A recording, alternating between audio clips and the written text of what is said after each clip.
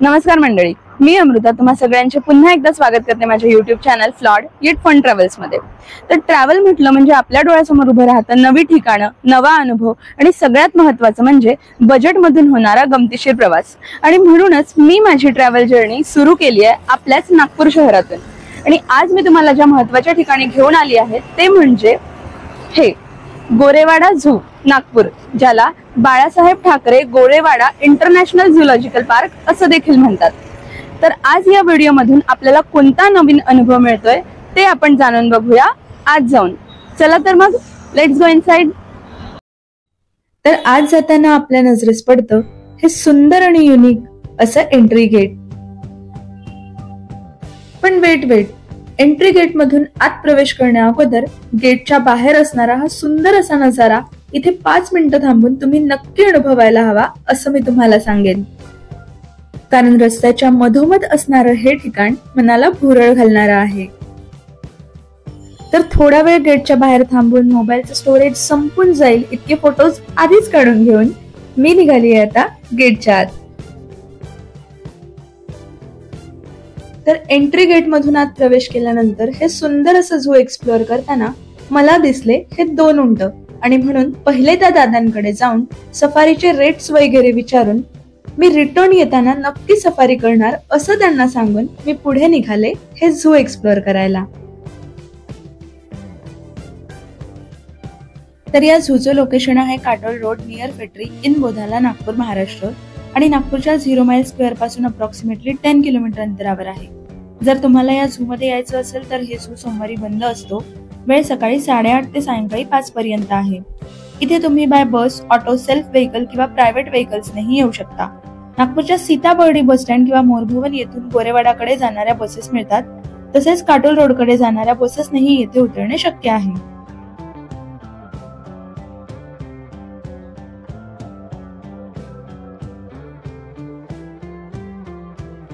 तर आता मी आली आहे गोरेवाडाच्या या फूड कोर्ट मध्ये।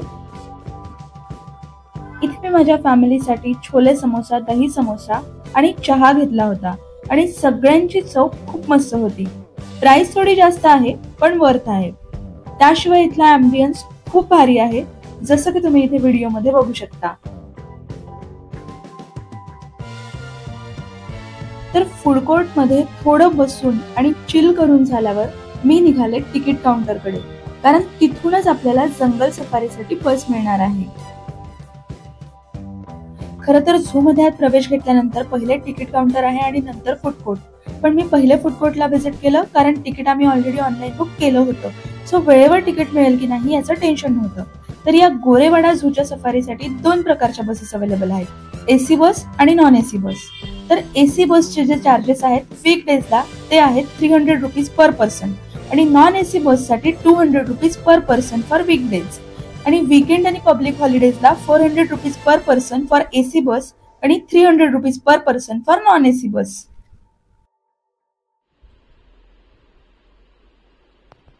तर आता गेटच्या आत आल्यानंतर तुम्हाला लगेच हे तिकीट काउंटर दिसतं आणि या तिकीट काउंटरवर आपण 2 टाइप्सचे तिकीट काढू शकतो, एक एसी बससाठी आणि एक नॉन एसी बससाठी। तर आम्ही एसी बसचं बुकिंग ऑलरेडी केलेलं होतं, ऑनलाईन बुकिंग, त्याची वेबसाईट मी डिस्क्रिप्शनमध्ये टाकून देईल, तिथून तुम्ही बघू शकता। आणि आता आम्ही तिकीट काउंटरवर आलेलो आहे आणि आता बस येणार आहे आणि बसमध्ये बसून आपण आपला जंगल सफारीचा सफर सुरू करूया। 9 बजे की एसी बस टिकट काउंटर के सामने लगने वाली। टिकट पे सीट नंबर दिए हुए हैं, सीट नंबर के हिसाब से ही बैठना है। 9 बजे की बस टिकट काउंटर के सामने टिकट पे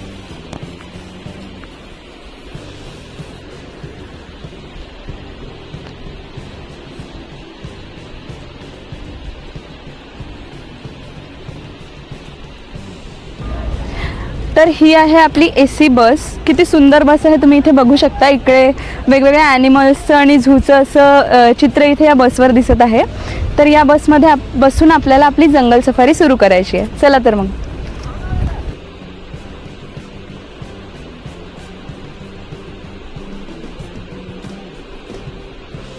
तर ही आहे आपली एसीची बस, खूप सुंदर अशी बस आहे आणि इथे जे ग्लासेस वगैरे आहे इथून तुम्ही प्रॉपरली शूट करू शकता बाहेरचं। तर मित्रांनो, इथून व्हिडिओचा दुसरा भाग सुरू होतोय, म्हणजे जंगल सफारी. इथे तुम्हाला एकूण 4 सफारी पाहायला मिळतात.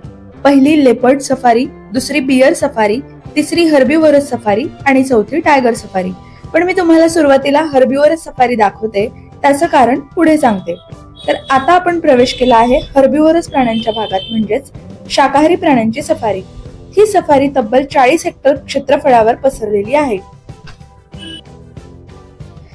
प्राणी बघायला भेटतील की नाही हे तर माहिती नाही, पण या एसी बस मधून जंगलाचा हा सुंदर नजारा बघण्यासाठी पण खूप मजा येत आहे. आणि या झू मधला पहिला प्राणी मला इथे दिसलेला आहे, हा ब्लॅक बक, ज्याला काळवीट असं देखील म्हणतात.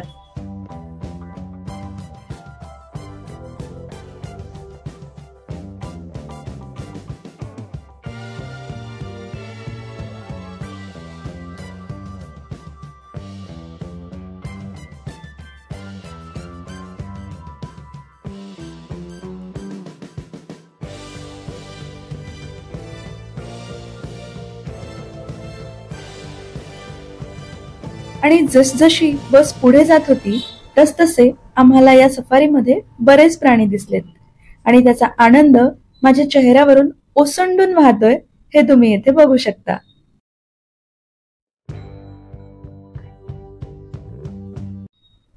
थोडं पुढे गेल्यावर मला दिसलं हे स्वॅम्प डिअर, ज्याला 12 शिंगे असं म्हणतात. त्यानंतर पुढे गेलो तर मला दिसली ही नील गाय, ज्याला नीळ गाय असं देखील म्हणतात.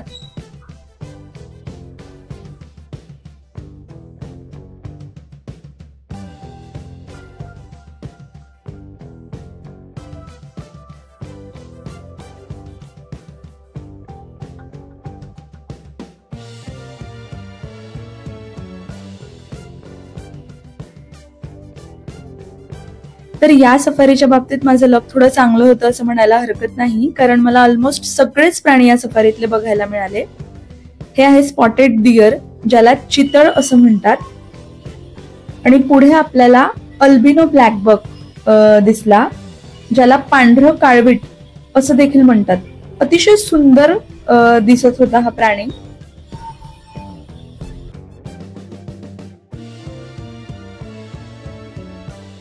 जसजशी बस पुढे चालली तसतशा चारही बाजू हिरव्यागार झाडांनी वेढलेल्या दिसत होत्या. पक्ष्यांचा मधुर आवाज आणि पानांवर पडणाऱ्या सूर्यकिरणांची खेळ मन रमवून टाकत होती. आणि अधूनमधून दिसणारे हे लक्ष वेधून घेणारे सुंदर प्राणी, हे सगळंच दृश्य मनाला जणू भुरळच घालतं. म्हणूनच एकदा तरी आपण अशी जंगल सफारी नक्कीच करायला हवी, कारण हा अनुभव आपल्याला निसर्गाशी जोडतो.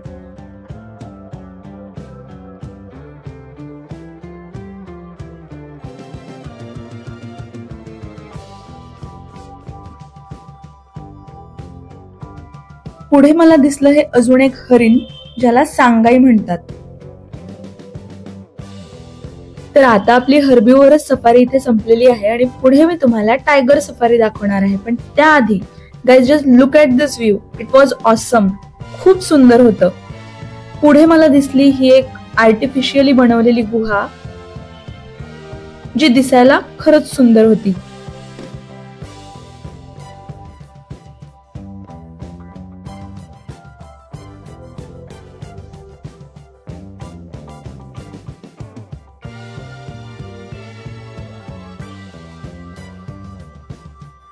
आणि पुढे आपल्याला आर्टिफिशियली बनवलेली अजून एक रचना दिसते, ती म्हणजे ही जी तुम्ही व्हिडिओमध्ये बघू शकता. गोरेवाडाच्या या सफारीच्या सुंदर व्ह्यू मध्ये ही रचना अजून भर घालते. तर आता मी तुम्हाला घेऊन चलते पुढच्या सफारीकडे, ती म्हणजेच टायगर सफारी. तर इथे 2 न्यूज आहेत.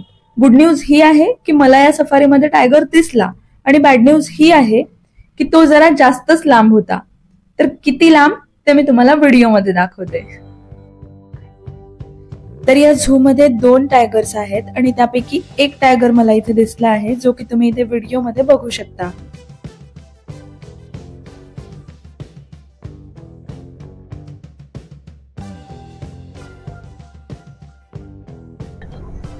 तर ऍक्च्युली इथे हा जो तलाव आहे तिथे टायगर आहे, पण तो खूप जास्त दूर असल्यामुळे तितका प्रॉपरली मला दाखवता येणार नाही आहे. तिकडे आहे तो टायगर पाण्यात बसलेला. दुरून का असेना पण टायगर आपल्याला दिसला, हे महत्वाचं. आणि हेच सॅटिस्फॅक्शन घेऊन मी तुम्हाला नंतरची सफारी दाखवते आणि ती म्हणजे बियर सफारी.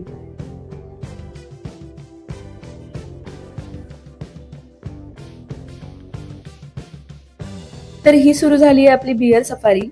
या गोरेवाडा झू मध्ये टोटल 6 बियर आहेत असं सांगितलं जातं, पण या 6 पैकी मला एकही बियर त्या दिवशी दिसला नव्हता.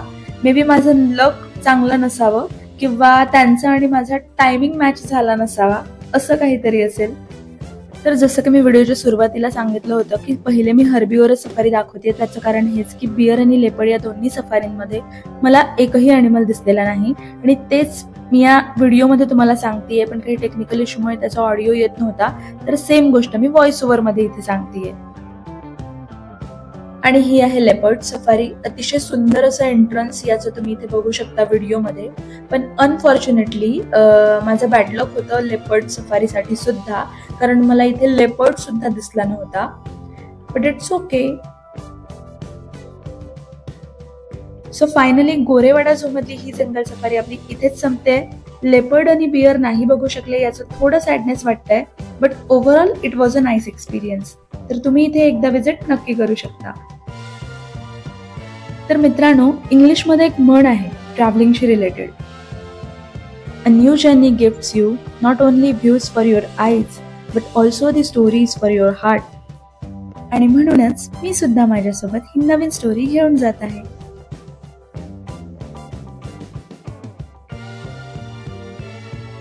So in the last me he pending राहिलेली कॅमल राईड करणार आहे. त्या दादांना हे विचारत की दादा पडणार तर नाही ना, कारण मला आठवतंय खूप लहान असताना मी उंटाची सवारी केली होती आणि आता अनेक वर्षांनी करते आहे, पण खूप छान होती. खरंच खूप मजा आली.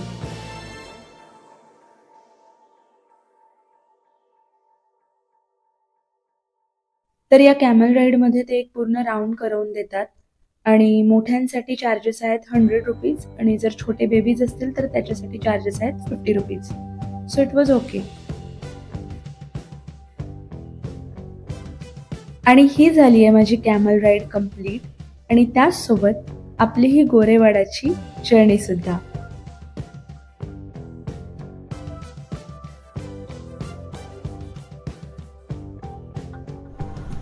तर मित्रांनो, आजचा हा व्हिडिओ गोरेवाडा झू पार्क बद्दल तुम्हाला कसा वाटलाय मला कमेंट्समध्ये नक्की कळवा. व्हिडिओ जर आवडला असेल तर जास्तीत जास्त लोकांपर्यंत शेअर करा आणि चॅनलला सबस्क्राईब केलं नसेल तर प्लीज चॅनलला सबस्क्राईब करा. लवकरच भेटूया माझ्या नंतरच्या व्हिडिओमध्ये. तोपर्यंत नमस्कार.